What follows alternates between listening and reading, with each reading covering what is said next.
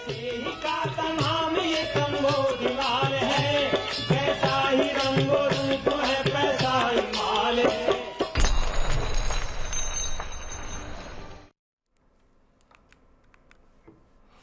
नमस्कार, मनी 9 की खास पेशकश मनी सेंट्रल में आप सभी का स्वागत है। मैं हूं विपुल सिंह। मनी सेंट्रल के आज के शो में हम देश की अर्थव्यवस्था से आ रहे कुछ ऐसे संकेतों पर बातचीत करेंगे जो इकोनॉमी में सुस्ती का इशारा दे रहे हैं। चाहे गाड़ियों की बिक्री के आंकड़े हों या फिर जीएसटी कलेक्शन का आंकड़ा, ऐसा लग रहा है कि देश की इकोनॉमी में कुछ ठहराव आ रहा है। इस मुद्दे पर अपनी राय रखने के लिए हमारे साथ जुड़ रहे हैं डॉक्टर रवि सिंह जी, रेली गियर सिक्योरिटीज़ के। इसके अलावा कमोडिटी मार्केट में भी हलचल देखने को मिल रही है, कच्चे तेल की कीमतों में गिरावट देखी जा रही है और गोल्ड और सिल्वर का भाव भी कुछ टूटा है और साथ में गेहूं महंगा होता जा रहा है। इन तमाम कमोडिटीज़ पर बातचीत करेंगे और उस पर हमारे साथ केडिया एडवाइजरी के डायरेक्टर अजय केडिया जी भी हमारे साथ जुड़ चुके हैं। केडिया जी, आपका भी बहुत बहुत स्वागत है। रवि जी, आपका भी बहुत बहुत स्वागत है आज के इस खास कार्यक्रम मनी सेंट्रल में। लेकिन सबसे पहले बात कर लेते हैं अर्थव्यवस्था से जुड़े उन संकेतों की जो कि सुस्ती की तरफ इशारा कर रहे हैं, और उनमें सबसे पहले बात करेंगे ऑटो बिक्री के आंकड़ों की। आपको बता दें कि ये लगातार दूसरा ऐसा हफ्ता है जहां पर कि दूसरा ऐसा महीना है जहां पर कि हम पैसेंजर कारों की बिक्री में दूसरे महीने में गिरावट देखने को मिली है। ऑटो कंपनियों की तरफ से जारी मासिक बिक्री के आंकड़ों के मुताबिक अगस्त के दौरान ऑटो कंपनियों की तरफ से डीलर्स को 3.5 से 3.55 लाख गाड़ियों के डिस्पैच होने का अनुमान है। पिछले साल अगस्त में यह आंकड़ा 3.68 लाख था। अगस्त में मारुति और हुंडई की बिक्री में लगभग 8% की गिरावट आई है। वहीं टाटा मोटर्स की सेल भी करीब 3% तक कम हुई है। ये तीनों कंपनियां पैसेंजर सेगमेंट में सबसे ज़्यादा गाड़ियों की बिक्री करती हैं। क्या कुछ इसके मायने हैं शेयर बाजार के लिहाज से, अर्थव्यवस्था के लिहाज से? ये अपने एक्सपर्ट से पूछते हैं और शुरुआत करेंगे रवि जी के साथ। रवि जी, जो जिस तरीके से लगातार दूसरा महीना है कि हम ऑटो सेल्स की बिक्री में गिरावट देख रहे हैं, ये किस तरीके के इशारे हैं? क्या ये मान के चलें कि अभी ये अर्थव्यवस्था में सुस्ती के संकेत हैं? ऑटो कंपनियों के लिए किस तरीके के संकेत हैं? कैसे देख रहे हैं? पहला सवाल तो ये। देखिए, इस समय विपुल जी, अगर ऑटो के इस आंकड़े को देखें तो आपको ये क्लियर समझ में आता है कि इकोनॉमी में एक संकट का जो दौर है वो थोड़ा सा बढ़ सकता है। दूसरा, इसको आम आदमियों से इससे रिलेट किया जाता है क्योंकि इस समय दो विवाद हैं। पहला विवाद ये है कि इन्वेंट्री यहाँ पर बढ़ती जा रही, सेल्स कम है और कहीं ना कहीं से इन्फ्लेशन का एक इम्पैक्ट दिखाई दे रहा है, और इसी वजह से टाटा मोटर, मारुति और हुंडई जैसी कंपनियां जो हैं वो इस समय फाइट कर रही हैं और ज़्यादा से ज़्यादा डिस्काउंट ऑफर कर रही हैं। अब अगर नंबर्स को अगर यहाँ पर कंपैरिजन करें तो जो अभी आगे के महीने हैं उसमें ये इन्वेंट्री और बढ़ती हुई नज़र आ सकती है। तो कहीं ना कहीं से जो संकेत हैं वो ऑटो इंडस्ट्री के लिए थोड़े से घबराते हुए से नज़र आ रहे हैं। और अगर लॉन्ग टर्म के हिसाब से देखें तो चूंकि पीछे जो ग्रोथ रही है उसका कंपैरिजन यहाँ पर करते हैं तो ज़रूर आपको लगता है कि शायद एक नेगेटिविटी यहाँ पर देखने को मिल रही, लेकिन सच यही है कि इस समय कार की जो इन्वेंट्री है वो बढ़ी है। और बड़ी बात यहाँ पर ये है कि जो छोटे ग्राहक थे, जो एक ऐसे सेगमेंट के कारों को बाय करते थे जिनको जो कि बजट जो है वो 3 लाख से 5 लाख के या 7 लाख के बीच में होता था, उनकी इन्वेंट्री भी यहाँ पर काफ़ी हद तक बढ़ी हैं और उतनी सेल्स देखने को नहीं मिल रही हैं। तो इकोनॉमी में एक संकट का दौर जरूर दिखाई दे सकता है। चलिए, ये तो बात रही इकॉनमी की। अगर इंडिविजुअल अलग अलग कंपनियों की बात करें तो सबसे ज़्यादा जो है हमने देखा कि मारुति ने झटका दिया, देश की सबसे ज़्यादा उत्पादन कंपनी करने वाली कंपनी।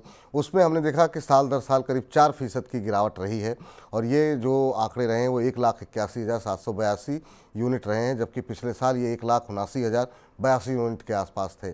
आज मारुति के शेयरों में भी हमने देखा कि दबाव आता हुआ दिखाई दिया है और ओवरऑल कमोडिटी की कीमतें भी जो है वो हम देख रहे हैं कि करीब 20 बेसिस पॉइंट के आसपास की बढ़ी हैं, जो कि कार बनाने की लागत में आती हैं। आप मारुति के शेयर पर किस तरीके का भविष्य देख रहे हैं? क्या यहाँ पर अभी आने वाले दिनों में और दबाव देखने को मिल सकता है? हमने देखा था कि आज के कारोबारी सत्र में करीब 4.25% के आसपास की बढ़ोतरी जरूर देखने को मिली है मारुति के शेयर में। भविष्य कैसा दिखाई दे रहा है मारुति का आपको?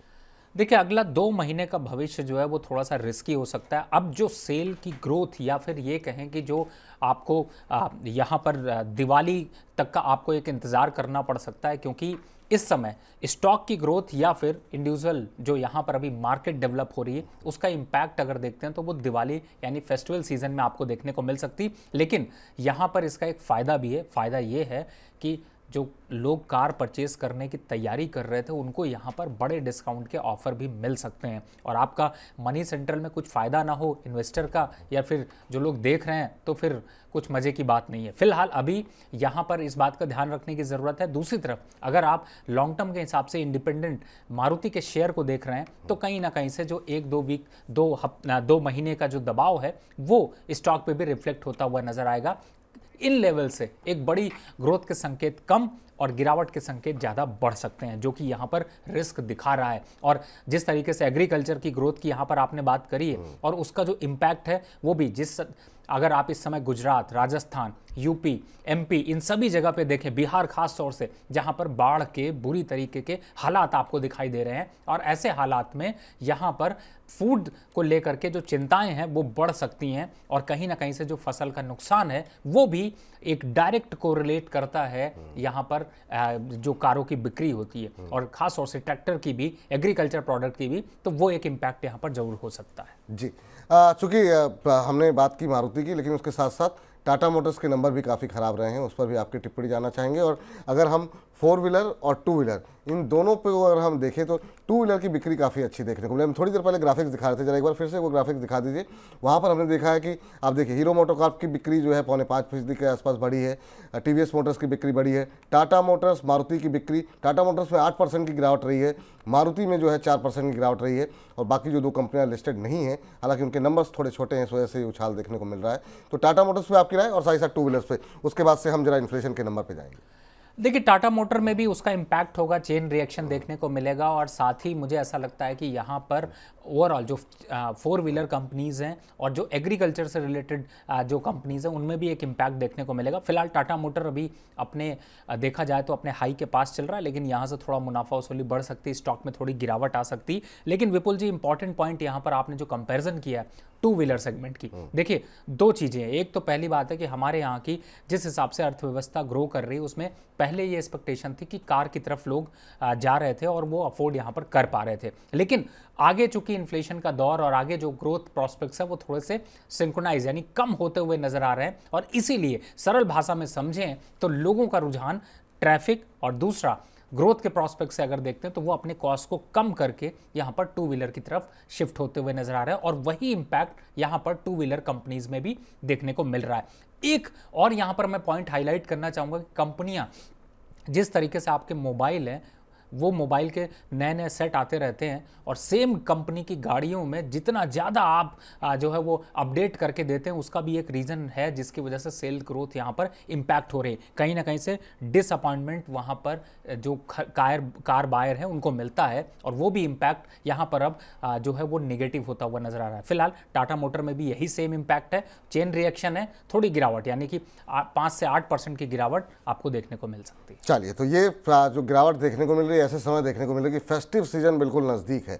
अगर फेस्टिव सीजन भी सोना रहा तो फिर ये अच्छे संकेत अर्थव्यवस्था के लिए और ख़ास तौर से इन कंपनियों के लिए भी नहीं होंगे। लेकिन इन सब के बीच में बात कर लेते हैं महंगाई की। बेहतर मानसून के बावजूद अनाज की महंगाई पीछा नहीं छोड़ रही है। गेहूं की कीमतें लगातार बढ़ती जा रही हैं। अगस्त के दौरान अगर हम बात करें तो कीमतों में करीब 6% की बढ़ोतरी हुई है।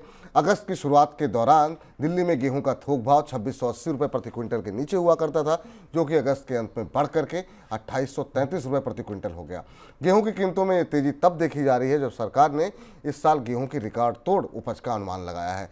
कृषि मंत्रालय के अनुसार इस साल देश में 11.2 करोड़ टन गेहूं की उपज का अनुमान है। इससे पहले कभी भी देश में इतना गेहूं पैदा नहीं हुआ। अजय जी हमारे साथ मौजूद हैं। अजय जी, खाने की थाली जो है उसकी महंगाई पीछा नहीं छोड़ रही है। आप सब्जी लेने जाएं तो वहाँ पर आप देख रहे हैं लहसुन जो है वो 100 रुपये पाव तक पहुँच गया है। अदरक की कीमतें ऊपर पहुँच रही हैं। आलू हो, प्याज हो, टमाटर हो, इन सब की कीमतों में बढ़ोतरी देखने को मिल रही है। और अब गेहूं, उसकी कीमतों में 6% के आसपास की बढ़ोतरी हो चुकी है और आगे और भी तेजी का अनुमान है। ये महंगाई खत्म क्यों नहीं हो रही है और इसके पीछे क्या बड़ा कारण मान रहे हैं आप? नमस्ते विपुल जी। बिल्कुल, अगर हम बात करें तो एग्री कमोडिटी जनरली अगर हम देखते हैं तो ये पीरियड में महंगी हो भी जाती है। जैसे कि हम जानते हैं कि मानसून को लेकर कुछ चिंताएं एज ऑफ नाउ बनी हुई है, चाहे महाराष्ट्र, गुजरात, एमपी, राजस्थान, उसका भी असर रहा है। लेकिन वीट के केस की अगर बात करते हैं तो हम देख रहे हैं कि रशिया में रोबस्ट वीट का इस बार हार्वेस्ट हुआ है, करीबन 86 मिलियन टन के आसपास है। लेकिन अभी भी जो सप्लाई साइड कंसर्न्स है, जिसकी वजह से ग्लोबल मार्केट में भी cut to cut market situation बनी है। डोमेस्टिक मार्केट पे वेदर को लेकर कुछ चिंताएं अभी भी बनी हुई है, जो प्राइजेस पे एक पॉजिटिव अपलिफ्ट देता हुआ दिखाई दे रहा है। तो मुझे लगता है कि इतनी जल्दी, क्योंकि ये पीरियड ऐसा है कि हमारे यहाँ पे फेस्टिव डिमांड भी बहुत ज्यादा रहती है, और बारिश के चलते लीफी वेजिटेबल में रहते तो पल्सेस की डिमांड बढ़ जाती है। वीट में तो वैसे भी हम देख रहे हैं कि कंटिन्यू 2-3 सालों से, जब से रशिया यूक्रेन की लड़ाई हुई है, तब से कंटिन्यू एक बना हुआ है। मीनवाइल हमने देखा था बीच में एफसीआई ने ऑफलोड किया था अराउंड 1 मिलियन टन के आसपास का, जिसके बाद थोड़े बहुत प्राइजेस में कूल ऑफ भी हुए। बट मुझे लगता है जो गिवन डिमांड सिनेरियो और सप्लाई कंसर्न है, प्राइजेस आने वाले दिनों में हो सकता है कि वापस हम 2900 2950 तक के लेवल देख पाएंगे, जो 1.5-2 साल पहले एक बार स्पाइक आता हुआ दिखाई दिया। तो इतनी जल्दी कोई रिलीफ आता हुआ दिखाई नहीं दे रहा, क्योंकि एक तरफ हम सप्लाई कंसर्न देख रहे हैं, दूसरी तरफ डिमांड कंटिन्यू इंप्रूव होता हुआ दिखाई दे रहा है। तो मुझे लगता है कि पल्सेस में भी हम देख रहे हैं कि इस बार गवर्नमेंट ने एमएसपी में गारंटी ये सब देने के बाद हम देख रहे हैं थोड़ी बहुत रिलीफ तुअर के प्राइसेस में आनी चालू है। बट कुल मिला के मुझे लगता है अगला फेस्टिव सीजन के चलते जो थाली है वो थोड़ी बहुत महंगी रहनी है। एडिबल ऑयल कॉम्प्लेक्स में काफी अच्छी रिलीफ आई थी, बट पिछले एक हफ्ते में ही हमने देखा फिर से उसमें थोड़ी बहुत सपोर्ट आना चालू हो चुका है। तो जनरली ये पीरियड में हम देखते हैं डिमांड बढ़ जाती है, बट वीट के केस में मुझे लगता है कि अगले 2-3 महीने मार्केट टाइट रहने की उम्मीद है। 2-3 महीने और मार्केट टाइट रहने की उम्मीद है। एक छोटा सवाल इसको लेकर के और है, मॉनसून से क्या कुछ इंडिकेशन आपको मिल रहे हैं? क्या आपको लग रहा है कि जो, क्योंकि मिले जुले आंकड़े रहे हैं, कई जगहों पर ऐसा रहा है कि बारिश ज़रूरत से ज़्यादा हुई है, अनइवन मानसून रहा है, कई जगहों पे मानसून उतना अच्छा नहीं रहा है। अभी आपके पास बुआई के आंकड़े क्या दिखाई दे रहे हैं, और क्या हम मान के चलें कि आने वाले दिनों में ये प्राइसेस कूल ऑफ होंगे, या फिर अभी आपको लगता है कि लंबा समय लगेगा? देखिए, हमने देखा ग्लोबल मार्केट में फूड इन्फ्लेशन बढ़ा हुआ है। इसके लिए हमने वर्ल्ड बैंक और बाकी सबकी चिंता देखी कि आप मोटे अनाज के प्रोडक्शन पे ज्यादा ध्यान दो।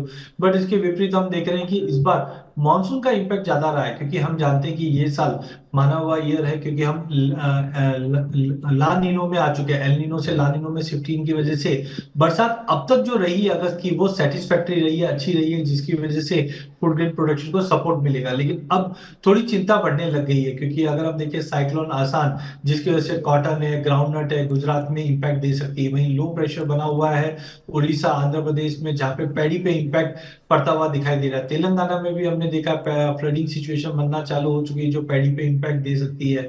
तो कुल मिलाकर अब तक जो मानसून था वो काफी अच्छा रहा, फूड ग्रेन प्रोडक्शन को भी अच्छा रहा है। अगर हम अगला 1-1.5 महीना और थोड़े शांति से निकल जाता तो डेफिनेटली इस बार हमारा प्रोडक्शन में काफी अच्छी इंप्रूवमेंट होने की उम्मीद है। सोयाबीन की भी क्रॉप काफी अच्छी है। लेकिन अगर फर्दर कुछ डेवलपमेंट अगर ज्यादा, क्योंकि लानिनो में ज्यादा करके देखा जाता है कि बरसातें और ज्यादा विकट रूप लेती है, और सितंबर मंथ तो जाती हुई बरसात में और ज्यादा लेता है, और ये पीरियड में हार्वेस्टिंग सीजन स्टार्ट हो जाता है सितंबर मिड से।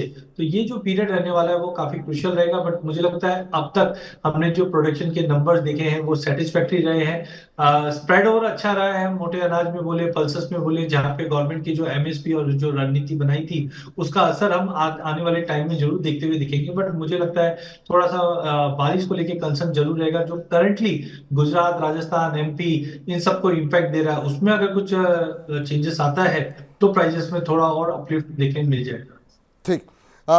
एक और कमोडिटी बाजार से जुड़ी हुई महत्वपूर्ण खबर, और वो है अमेरिकी डॉलर में तेजी की वजह से कमोडिटी बाजार में अधिकतर कमोडिटीज़ की कीमतों पे अब दबाव देखा जा रहा है। ब्रेंट क्रूड का भाव गिरकर घट करके $77 के नीचे आ गया है। विदेशी बाजार में गोल्ड का भाव घट करके $2500 के नीचे आ चुका है। चांदी की कीमतों में भी गिरावट देखने को मिल रही है। डॉलर की बात करें, डॉलर इंडेक्स बढ़ करके 101.72 के ऊपरी स्तरों पर पहुंचा है, जो करीब 2 हफ्ते का ऊपरी स्तर है। इस हफ्ते अमेरिका में वहां की अर्थव्यवस्था से जुड़े कई महत्वपूर्ण आंकड़े भी जारी होने हैं, और आंकड़ों से पहले डॉलर में मजबूती देखने को मिल रही है। सर, ज़्यादातर कमोडिटीज़ के अंदर हम देख रहे हैं कि वहाँ पर ऊपरी स्तरों से, खासतौर से अगर हम बात करें कच्चे तेल की कीमतों में, सोने में, चांदी में, इन सब में दबाव देखने को मिल रहा है। शुरुआत कच्चे तेल से करेंगे आपसे। अजय जी, आपके साथ शुरुआत करेंगे और इसका असर जो है बाजार को लेकर के रवि जी से समझने की कोशिश करेंगे। कच्चे तेल को आप कैसे देख रहे हैं सर? देखिए, कच्चे तेल की अगर बात करें तो हमने अगस्त मंथ एक ऐसा मंथ था जहां पे हमने अच्छी खासी वॉल्टिलिटी देखी। मिडिल ईस्ट के जो कंसर्न्स थे उसकी वजह से मार्केट में इनिशियली हमने कच्चे तेल में एक अच्छा खासा उछाल आते हुए देखा। देन उसके बाद अच्छी खासी गिरावट भी आते हुए, लेकिन अभी भी आप समझिए रशिया यूक्रेन अभी भी युद्ध में है। मिडिल ईस्ट के अंदर रुक रुक के हम देख रहे हैं तनाव बना हुआ है। लेकिन जो रेडिकल फॉल हमने पिछले 2-3 सेशन में देखा है उसका कारण था ओपेक, क्योंकि अब तक हमने देखा ओपेक की मीट में हमेशा प्रोडक्शन कट की बात की गई थी 2025 तक। बट हमने पिछले हफ्ते ऐसी अटकलें मार्केट में आते हुए देखी हैं जहां पे अक्टूबर ऑनवर्ड्स हम प्रोडक्शन बढ़ाने की न्यूज देख रहे हैं, जिसकी वजह से थोड़ा सेंटीमेंट जरूर खराब हुआ है।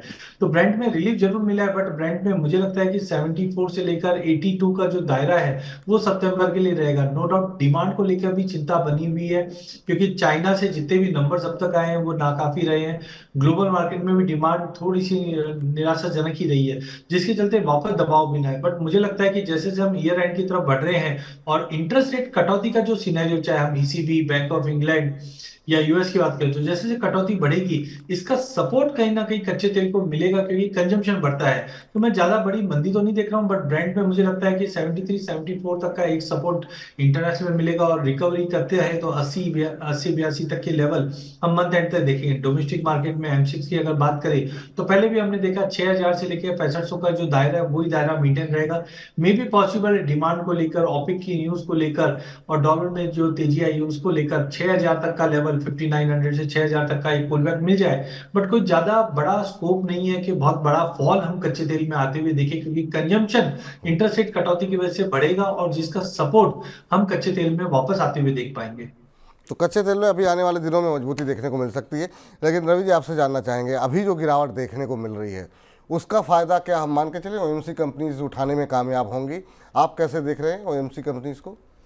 देखिए, ये एक मौका है ख़ास तौर से भारत की सरकार के लिए कि यहाँ पर अगर इंटरनेशनली कच्चे तेल के दाम गिरते हैं तो जो चूँकि पीएसयूज़ कंपनियाँ यहाँ पर ज़्यादा हैं जो कि ऑयल के प्रोडक्शन को यहाँ पर कंट्रोल करती हैं, और उनको यहाँ पर जरूर फ़ायदा देखने को मिलेगा। और इसी वजह से शायद एचपीसीएल, बीपीसीएल, आईओसी और गेल, ये जो स्टॉक्स हैं इनमें एक अच्छा खासा मोमेंटम बन सकता है, प्रॉफिटेबिलिटी यहाँ पर बढ़ सकती है।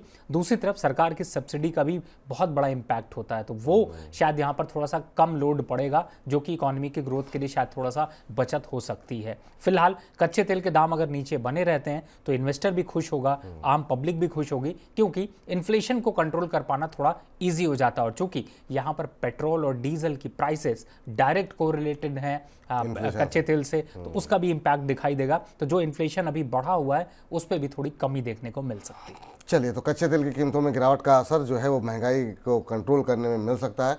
हालांकि अब फूड इन्फ्लेशन एक बड़ा कंसर्न बना हुआ है, लेकिन उस पर जो है हमने बातचीत की। लेकिन सोने चांदी की कीमतें, जी हाँ, ये बड़ा ऐसा महत्वपूर्ण सवाल है कि लोगों का हर समय रुझान रहता है कि सोने की कीमतें ऊपर जाएंगी या नीचे। लेकिन सोने की कीमतों में जो गिरावट का सिलसिला है ये क्या अभी कुछ दिनों तक चल सकता है? क्या भविष्य देख रहे हैं सोने में? और अभी अगर जिसको पैसे लगाने हों अजय जी, तो क्या अभी लगाने चाहिए या थोड़ा वेट करना चाहिए और नीचे आने का? बिल्कुल जी, एक शिकायत है, जैसे अभी 2 दिन में गिरावट है तो आपने बोला सोने चांदी में गिरावट है, बट मैं देखता हूँ कि पिछले महीने में चांदी में करीबन 2.5% की तेजी और सोने में लगभग 3.5% की बड़ी तेजी बनी है।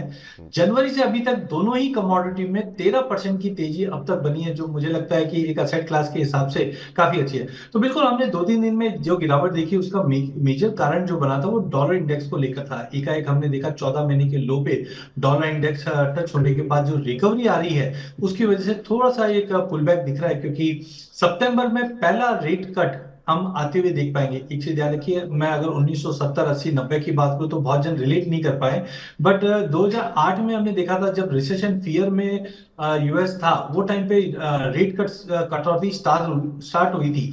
तब हमने देखा था सोना $650 से बढ़ना चालू हुआ था 2008 अक्टूबर में, और अप्रैल 2011 में हमने 1920 का हाई लगते हुए देखा था।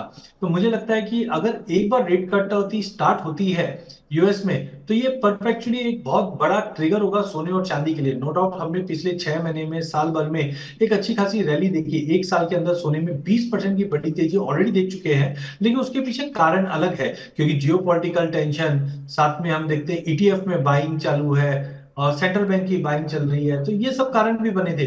बट मुझे लगता है कि अगस्त की तेजी के बाद थोड़ा पुल बैक जरूर बन सकता है। मिड ऑफ मंथ में हम देखेंगे जब रेट कट का अनाउंसमेंट आएगा, क्योंकि अब माना जा रहा है 0.5 का रेट कट है, अगर इससे थोड़ा भी कमी होता है तो टेक्निकल थोड़ा सा पुल बैक मिल जाए।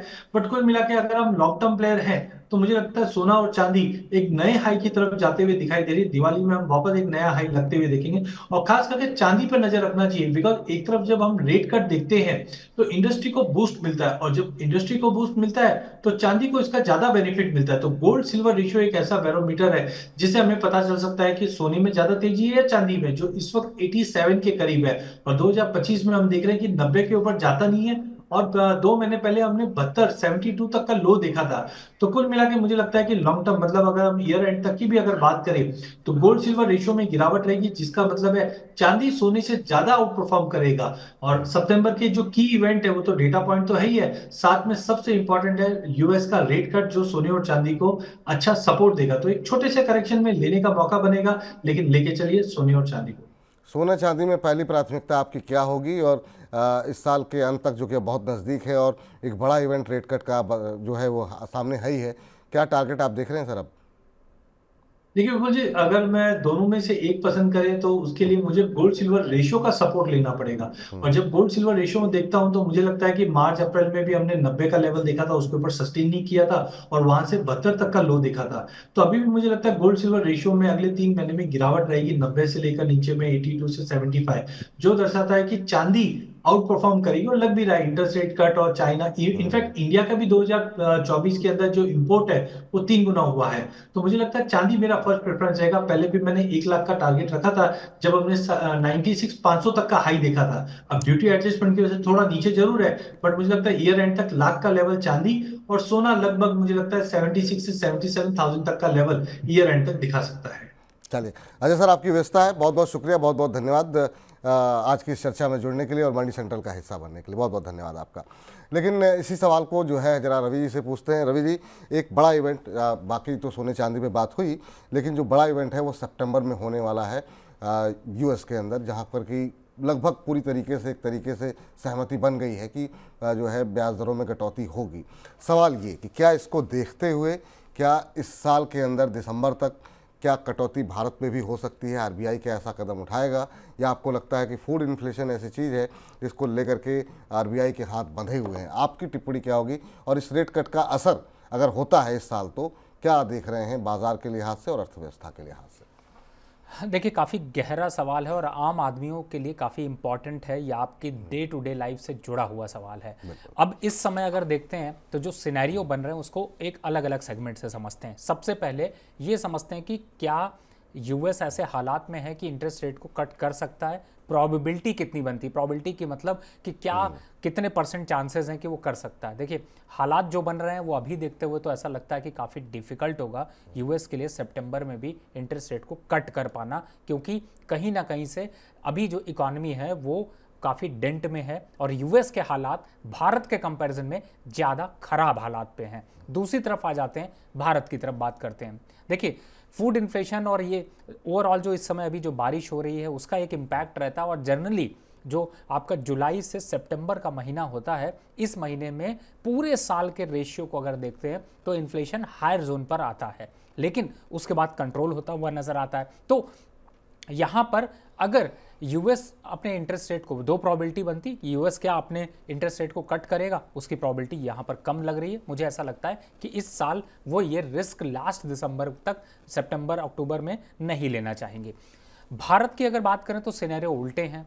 भारत में मार्केट यहाँ पर टॉप पर चल रहा है, इकोनॉमी में डेंट जरूर है, लेकिन अभी भी लिक्विडिटी की कमी नहीं है। तो मुझे ऐसा लगता है कि यहाँ पर भी आरबीआई गवर्नर शायद इस चीज़ को थोड़ा अभी और टालना चाहेंगे, क्योंकि कहीं ऐसा ना हो कि डिसीजन लेते ही ऐसा ना हो कि वो कहते हैं ना, सर मुड़वाते ही ओले पड़ने, वो कहानी ना हो जाए। इसलिए मुझे ऐसा लगता है कि अभी सेंटिमेंट के हिसाब से शायद इन्फ्लेशन को कंट्रोल करना और फूड इन्फ्लेशन की चिंता में इंटरेस्ट रेट को कट करना काफ़ी बड़ा रिस्क फैक्टर हो सकता है, इसलिए अभी थोड़े चांसेस कम दिखाई दे रहे हैं। लेकिन अगर अमेरिका करेगा तो होगा, या फिर अगर जैसे दो सिनेरियो बन रहे हैं, एक सिनेरियो ये कि अमेरिका भी नहीं करेगा, जैसा जो कि आप कह रहे हैं कि सितंबर में मुश्किल है।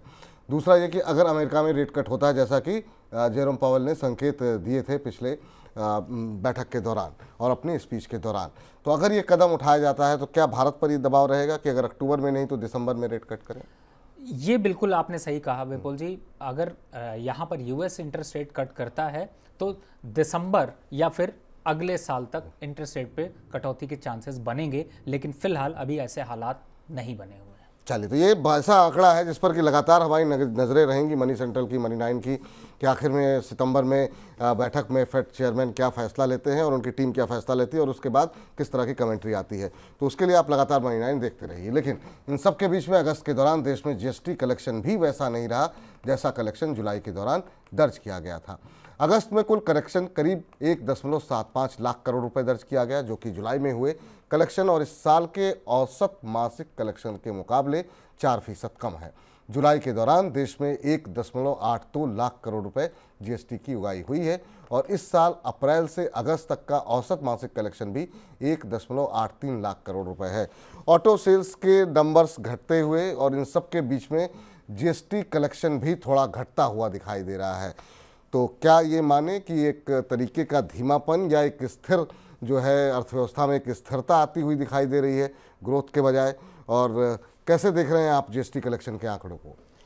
देखिए, संकेत तो बिल्कुल आपने विपुल जी सही कहा। संकेत थोड़ी सी रुकावट और थोड़े थमे हुए से नज़र आ रहे हैं। और जहां तक जीएसटी कलेक्शन की अगर बात की जाए तो जीएसटी कलेक्शन सबसे बड़ा इंडिकेटर यहां पर दिखाता है कि इकोनॉमी का पहिया कितनी तेजी से चलता हुआ नज़र आ रहा है। हालांकि एवरेज नंबर अभी भी देखें तो जो साल दर साल अगर कंपैरिजन को देखें तो कहीं ना कहीं से स्ट्रांग दिखाई दे रहा है, लेकिन जीएसटी में जो ये कलेक्शन आपको कम दिख रहा है उसका इम्पैक्ट डायरेक्ट कोरिलेटेड है, यानी कि डायरेक्ट रिलेशन है इस समय इकोनॉमी से। और इस समय जो इकोनॉमी के हालात हैं वो थोड़े से डिपेंडेंट हैं यूएस से, यूरोप से और ख़ास तौर से एक्सपोर्ट के ऊपर हमारे। तो यहाँ पर अभी के हिसाब से अगर देखते हैं तो जीएसटी कलेक्शन में अगले यानी कि नवंबर दिसंबर में बढ़ोतरी देखने को मिलेगी। तब तक थोड़ा सा यहाँ पर एक जो कलेक्शन है वो थोड़ी कमी देखने को मिल सकती है। यही वजह है बाजार जब जब नया हाई बना रहा है तो थोड़ा सा डर रहा है, फिर आगे नहीं बढ़ रहा, फिर करेक्शन आता है, फिर थोड़ा सा थम करके फिर आगे बढ़ रहा है। तो क्या वो ये नंबर्स ऐसे हैं जिसकी वजह से बाजार को भी एक नया बड़ा ट्रिगर लेने के लिए और तेजी के लिए थोड़ी सी मुश्किल हो रही है? देखिए, जब मार्केट अपने लाइफ टाइम हाई पर होती है विपुल जी, तो उसको ना कोई बड़े सेंटीमेंट की ज़रूरत होती है। और इस समय अगर सेंटीमेंट कैलकुलेट किए जाएं तो वो टोटली अगेंस्ट हैं, मार्केट के टॉप बनने के खिलाफ हैं। कैसे हैं? सबसे पहले यूएस की चिंताएं, यूरोजोन की चिंताएं, जियोपॉलिटिकल टेंशन और भारत में भी जिस तरीके से फूड इन्फ्लेशन की चिंता बढ़ी है, ये सारे फैक्टर मार्केट को निगेटिव की तरफ ले जाते हैं। सिर्फ एक भारत को यहाँ पर फायदा यही है कि चूंकि अन्य देशों में ज़्यादा हालात पुअर हैं और भारत में कम है और एफआईआईज ने वापस रुख यहाँ पर किया है, जिसकी वजह से स्टॉक मार्केट अपने हाई पर चल रहा है। लेकिन अगर जो सपोर्ट की बात की जाए तो वो सिर्फ एक या दो चीज़ें ही देखने को मिल रही हैं। यहाँ पर इंफ्रास्ट्रक्चर ग्रोथ का फ़ायदा जो पीछे 3 से 5 सालों में किया गया उसको थोड़ा सा पॉजिटिव देखा जा रहा है। दूसरी तरफ क्रूड ऑयल की प्राइसेस ने बड़ी राहत भारत के इकोनॉमी पे पहुंचाई हुई है, क्योंकि हम सबसे ज़्यादा इंपोर्ट जो करते हैं वो लगभग 155 बिलियन डॉलर से ज़्यादा का इंपोर्ट करते हैं क्रूड ऑयल का। तो वो जो इम्पैक्ट है वो कहीं ना कहीं से घटा है, जिसकी वजह से इकोनॉमी थोड़ा पटरी पर चल पा रही है। लेकिन दबाव और जो मार्केट का डर है वो साफ साफ नजर आ रहा है। कॉशियस अप्रोच होनी चाहिए बाजार में। बिल्कुल ठीक। रवि जी, आज की चर्चा में आप जुड़े और इन तमाम खबरों का आपने विश्लेषण किया, बहुत बहुत शुक्रिया, बहुत बहुत धन्यवाद आपका मनी सेंट्रल में आज के हिस्सा बनने के लिए। और अजय जी हमारे साथ चले गए हैं, उनका धन्यवाद हमने किया, लेकिन एक बार फिर से अजय जी का भी बहुत बहुत शुक्रिया आज की चर्चा में जुड़ने के लिए। तो मनी सेंट्रल को यहीं पर समाप्त कर रहे हैं। फिलहाल के जो आर्थिक आंकड़े आ रहे हैं बहुत ज़्यादा उत्साहित नहीं, और यही वजह है कि बाजार लिक्विडिटी का फ्लो जो बना हुआ है उसकी वजह से ऊपर तो जा रहा है, लेकिन हर ऊपरी स्तरों पर बिकवाली जो है देखने को मिल रही है। अब त्योहारी सीजन क्या अर्थव्यवस्था में कोई बूस्ट ला पाएगा, या फिर ग्रामीण अर्थव्यवस्था को मजबूती देने के लिए बजट में जो कदम उठाए गए हैं उसका असर कब तक आएगा और ग्रामीण डिमांड कब तक लौटती है, इस पर भी हमारी निगाहें रहेंगी। लगातार मनी 9 के साथ बने रहिए, मनी सेंट्रल के साथ बने रहिए। मुझे फिलहाल के लिए इजाज़त दीजिए, नमस्कार।